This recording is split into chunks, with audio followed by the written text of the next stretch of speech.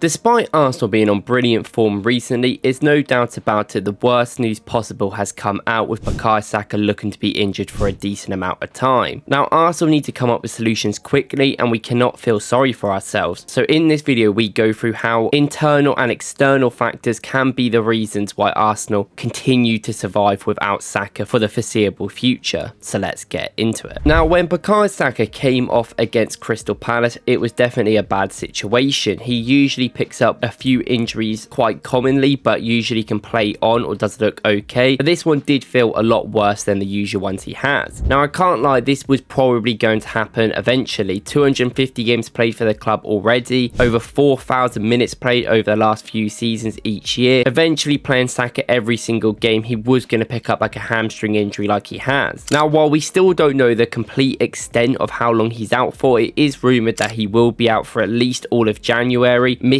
a lot of iconic and big games for Arsenal in that time. So we need to act, and that is facts. Now, of course, we've got the benefit of a January transfer window coming up, which we will get into, obviously, all the details of who we could potentially get in to help us. But right now, we do need to look within the club to save us. We've got Ipswich coming up, then we've got Brentford, then Brighton. Some tough games in there, which are going to come thick and fast where we need the squad players. Now, what is also really annoying and bad timing is the injury to Raheem Sterling, which Arteta did come out and say he will probably be out for a few weeks as well, which just accelerate the problems that we have at wing already. Now, first of all, we're going to have to change the style that we play. Bukayo Saka is one of the main retainers of ball. He comes deeper to help us progress the ball and switch the play sometimes, and he's also been the out ball many times, being in that 2v1 and being comfortable, which we simply do not have the privilege of doing. Now, what I actually think this will happen, Arsenal will probably go for a more direct approach on the wing, depending on who we play there, because there's obviously a few options which would differentiate our style in that area. Now, the first person and probably the main candidate to replace Saka right now is Martinelli. He's only played a handful of games at right wing ever for Arsenal, but I do think he has looked exciting there, and more importantly, when we had to play him there against Crystal Palace on the weekend, he played really well, I felt like, in that position. Not flawless, of course, not Saka level, but good enough where we had a great creative level, and we actually were very prolific when Saka came off, scoring 3 goals and not conceding any as well. And Martinelli does play well there, and I think it is mostly because that is quite a simple role that we have made for Saka. We have made it so Saka has the freedom to do anything he wants, going inside or out, or have at least a lot of control on how Arsenal attack. Now, Martinelli being in that position as a right foot on the right wing isn't going to be the best solution at all times, but Martinelli is a direct player who loves running in a straight line, more importantly, and doesn't really like cutting in or having to change his running patterns when he has the ball. This is why it benefits him a lot, because he can mostly go on the outside of these players and get good balls in, which we saw against Crystal Palace, and it sort of allows him to be more of a direct winger, which he wants, which is always going to be a great thing. Now, there will be slight issues, maybe cutting in. You don't want him to have that space as much because he isn't going to take it like Saka. There's also some situations on the break where he just doesn't make the right decision, or maybe is a little bit slow, and we're going to definitely miss Saka from that perspective when he gets into the box especially. But I think in the few games he has played there, we're seeing enough for Martinelli to maybe tweak the tactics a little bit, so Odegaard can help him with some of the spaces to give Martinelli them more one-on-ones, which make him the best candidate to kind of play on that right. His defensive work rate as well is also really important. I thought against Crystal Palace how he was running back and tackling is almost as intense as Saka, so I think we're not going to lose anything there, and it may allow for people like Timber or some of the right backs to go up a little bit more. But overall, his successful dribbles are going to be down. They were down against Palace, only 1 out of 6, and that was a good one in the end, but at least he'll get the ball more to actually run at defenders, and I do think he is a player I'd rather have in that sort of position than a lot of other players. Another possibility is, of course, also trying Ethan Nwaneri there. Now, I have some reservations of him necessarily playing this role. Now, the right wing role is easier than the midfield role. If you get the ball quick out to him, he could be really good in them spots, and I do think he has a good crossing level, a good area to cut inside on that left foot, so that gives that different space that Martinelli wouldn't take. But it is a lot of expectation for someone like Nwaneri, who hasn't even really played in midfield that consistently, to be given the opportunity to have these players all marking him or being 2 or 3 men on him a lot of times. In order to actually make him provide stuff, we kind of have to rely on this right wing a lot to actually help an attack. And I also don't know if Nwaneri's going to have them sort of instinctive positioning to get into the box when the ball is down the other side. This is something that Martinelli does have, and we have seen it. So it just maybe makes sure that that role is a bit of a different change than we're doing now. I think Martinelli is a slight tweak where we could still make it work, and Nwaneri is probably a bit of a big over. overhaul, even though he does play a little bit like Saka, great dribbler of course, brilliant at running at the defence, but also his physicality isn't quite at that Saka level, so you don't want him coming deeper to pick the ball up because he could lose it a lot more than what Saka was, especially with players behind him. He uses his body great, but he is still not the strongest at the end of the day. But what I will say is that obviously he didn't play Waneri when Odegaard was injured and got a lot of criticism, which I think is fair enough. But when push comes to shove, he has given the youngsters a go. Woklzbusiness has started throughout the last 4 games. I know because Calafiori's injured, but he kind of had to play him, and I think he's been amazing. Now, you can always try Waneri in some of the games coming up. Maybe that Ipswich game, you bring him on for 40 minutes or something and see how he does. And if maybe it's a big 2 tactical tweaks, maybe then we can put that to the side. But we have to try new things at the end of the day in these sort of games. Now, an outside shout is potentially playing Kai Havertz there. Now, I know that's going to be a bit of a surprise to you guys because he is the most different player, I think, to Saka ever in the squad. But I think for some tactical problems, this could solve it. For instance, if Havertz is to play on the right wing, you could still have Havertz come centrally when Arsenal even want to go long or when we have the ball in deeper positions, and get Gabriel Jesus, who I expect to probably start up front for the foreseeable future, to come in and help him on the wing, which we have seen him do for Trossard on the left, where Trossard's come centrally and he's gone out wide. But obviously that does limit that, and Trossard then has to be out wide on the left, which is not necessarily what we completely want. I also think it still allows us to have probably the midfield that is better, but allow Havertz to get into the box with Jesus, where I think they both work really well together, at least give some different options. But it means when we do go down that left side, potentially with Calafiori or Woklzbusiness or even Trossard, who is actually going to get into the box. Now, Havertz you expect to be in there, and you expect Jesus to be in there, but you're going to have to bring one of the midfielders up then. And I don't really know if we want Rice to continue to be this box crasher. He can do it. It's obviously not the best thing for him in the world, but it could be a solution to get us around this problem. Overall, I think this is the main way that Arsenal tactically get around these problems right now. I do think there's going to be some questions about Odegaard. He needs to step up. He needs to make more runs and help these players a lot more, because he's not got Saka, who can basically do it all by himself anymore. And it even may become a situation where Timber has to make a lot of runs from deeper like we used to see, and Partey has to sort of cover whoever the right centre mid is, who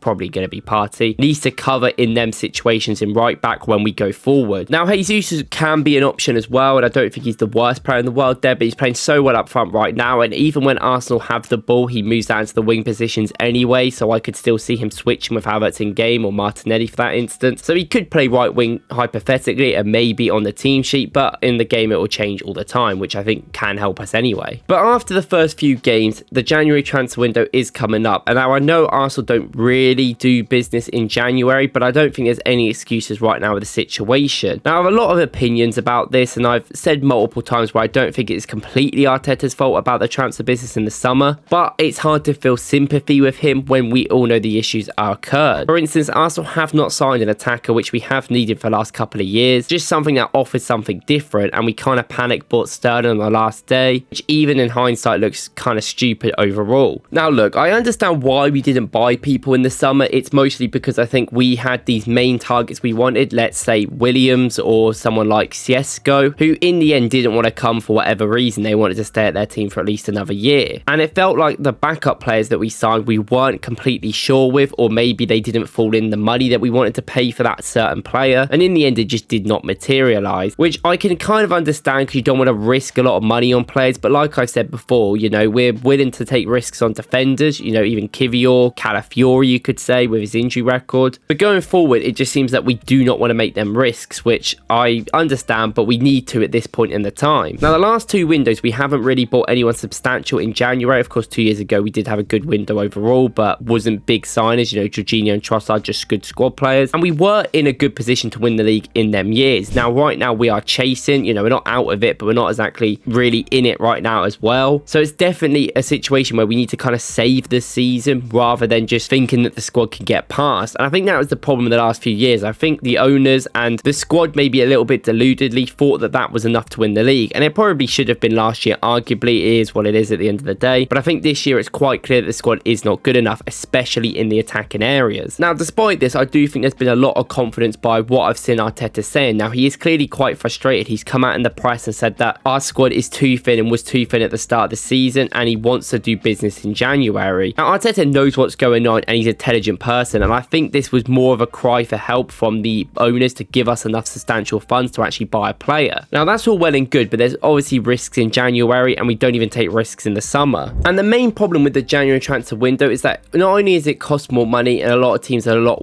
less willing to sell their players halfway through a season, is that I think it does limit us from the targets we want to make in the summer. Now, I said that I think Arsenal probably want to get Isak in. Maybe we will, maybe we won't, but that's that tier 1 signing we want in the summer. And if we sign someone in January for around 50 to 60 mil, which I think should be well in enough money that we have, we need to make sure it's a player that can play in the team long term and doesn't just take up a spot for short term success. Now, with that being said, there is definitely players on the market that do this. For instance, I made a video about Antoine Semenyo, which I think a lot of Arsenal creators have been talking about recently. And not only is he very versatile, he can play on both wings, he can play centrally as well if you need to in midfield or up front. He's a big guy, he's very strong, he's a high dribble number, he makes great progressive runs, he works really hard, and he is an Arsenal fan. And it shows a great improvement there, where Bournemouth, people have said they will want a lot of money, and they probably will, but 50 to 60 mil should be gettable. Like, Bournemouth should not be charging more money than that, and they have a lot of good players at their club, a lot of great youngsters where they can get good money for. And arguably Solanke was their main big output for their team for the last couple of years, and they sold him for 65 mil. So I think 50 mil for Semenyo would be a good value for every market involved, and if he wants to come, it could happen, but it's going to be hard. Another one potentially is Tyler Diblin. I don't really think it's maybe realistic, but Southampton probably can be pushed into a decision, depends on the money, and if their new manager Juric wants to actually make some signings in January as well, could maybe be pushed to sell him a little bit. But he is 18, he's a high dribbler, he's really good as well, really exciting, but it would be a lot of expectation to be like, come into Arsenal and start when he's only really been playing the last couple of months for Southampton, and I just do not think that is worth it right now, and that's going to be good enough. And the last big name is probably Mohamed Kudus. Now, Mohamed Kudus is a weird situation because the price that you have to get him for is an incredible amount. I think his release cost is around 75-80 million pounds. However, he's in a situation where he's clearly not happy with West Ham. Him and Lopetegui I don't think get along. I think Kudus, in a lot of games I've seen this season, has been quite independent, let's say. He's not really working with his team around him. He's come to a couple of Arsenal games already this season, which is kind of weird behaviour. And he offers someone that's also very versatile, can play in all the positions that we need in the attacking line, and is fast, great on the counter-attack, and makes good decisions. Now, he's not had the best season this year, but I think the situation around that kind of heightens that a little bit, and last year he was incredible, and I think if there's a good deal there, it could definitely be had. Now, these all depend on wages as well. It's not just about financial backing. We made just about profit in the summer, and we're in a great position, so I think that surely we could get around 50 to 60 mil for someone. But if we were to go in for Semenyo and he wants less than 100k a week, then that would be great. It's only around 2.5-3 million a year would have to pay for him, which I think the club would be worth doing. And of course, there's players around the whole of Europe that people have spoke about. You know, Lookman's another one. He's got a release clause, but they are top of the league right now, and I'm sure Atalanta wouldn't want their best player to leave if they're trying to chase a Scudetto, which is how it is. I've said before, maybe Siesko. I know he said he wanted to leave in the summer, but Leipzig's season just keeps getting worse and worse. They're not really doing anything in their league. They're out of the Champions League, so maybe you could get a deal there. The issue is, if Arsenal were to get one of these players in, which I definitely think we have to, by the way, we need to have made groundwork already. Now, Arteta came out saying that we've made groundwork and, you know, we're working on things, and it did seem that he has spoken to Josh, which I've heard, to get a winger in the club in the next month, because we needed one anyway. But with Saka and Sterling being injured, we are relying on Martinelli and Trossard, and potentially, you know, Jesus, Havertz, Waneri, three players that aren't actually wingers, to really carry us through, where I just don't really expect him with the games we've got coming up. And with the club kind of stagnating from a recruitment perspective in the last couple of months, we still don't have a director of football. I know there's plans for that, but that concerns me a little bit when trying to buy players this summer. Is it all going to be down to Arteta and Richard Garlick, and how much money are they going to be given? I also think there's clear concerns that they probably need a right back. I know there's a lot of stuff in the air with Tomiyasu still being injured and other players not being there, but we can't consistently play Partey and right back. It was okay when Saka was there because Saka would help him and they could help each other, but when that right wing is not going to be as good as Saka, I really worry for Partey in that position. And obviously long term, we just do not want Partey playing right back anyway. He's a midfielder at the end of the day. Now, this may be one of them moments in football where it breaks Arsenal, but I do think this is also a moment where we can learn a lot, and I think this pushes us into making that signing in January. Now, I wanted us to make one anyway, but I think that we can't really afford not to. And I know we said this before in the summer and they ended up not really doing anything, but there's not really any excuses. We are Arsenal. We can get these players if you just put a little bit of effort in, or at least allow us to go a little bit over budget in certain aspects in order to make things happen. And I don't think this is the end of the world for Arsenal. I still think we're going to be good. I still think we were decent going forward against Palace when Saka came off, but it's the big games that matter, and it's how consistent will we be without him, which I'm not necessarily sure about. We're relying on just Martinelli and Trossard really as the only two wingers, who both haven't been consistent this season from an outpoint perspective and also just performance perspective. And I do expect them both to stay fit as well. That's nothing up in the air as well. So there's a lot to think about from Arsenal's perspective. Now, the Ipswich game coming up will be the most interesting factor, I think, because I do think he'll probably go safe in that. Maybe play Trossard and Martinelli on the wings, Jesus up front, Havertz in midfield, you could see. But we might just have to play a system of football where we're a lot more frantic and a lot more chaotic. Now, I know Arteta hates that, and realistically, sustainability-wise, that isn't the best, but it has worked for teams around us, I'd say. But against Palace, I felt like we were like that. We kind of gave up a lot of opportunities and relied on maybe Raya, maybe some of the defenders to make some good tackles, and just leaned on that attack, giving them the bigger positions to break, and we were really good. And I think with this setup without Saka, that is kind of something we're going to have to look at a little bit more. I'm sure the tactics by Arsenal will change quite a lot, and I will do videos on them, and I do feel a little bit sympathy for Arteta over the whole situation, but it is what it is. He is also to blame as well. Hypothetically, Ipswich at home should be a great opportunity to actually figure out some things, at least from a different level. They've got a great manager, but they are considerably weak in defence, and it should be a team we can get at. Let me know what you guys think in the comments, and I'll see you in the next one.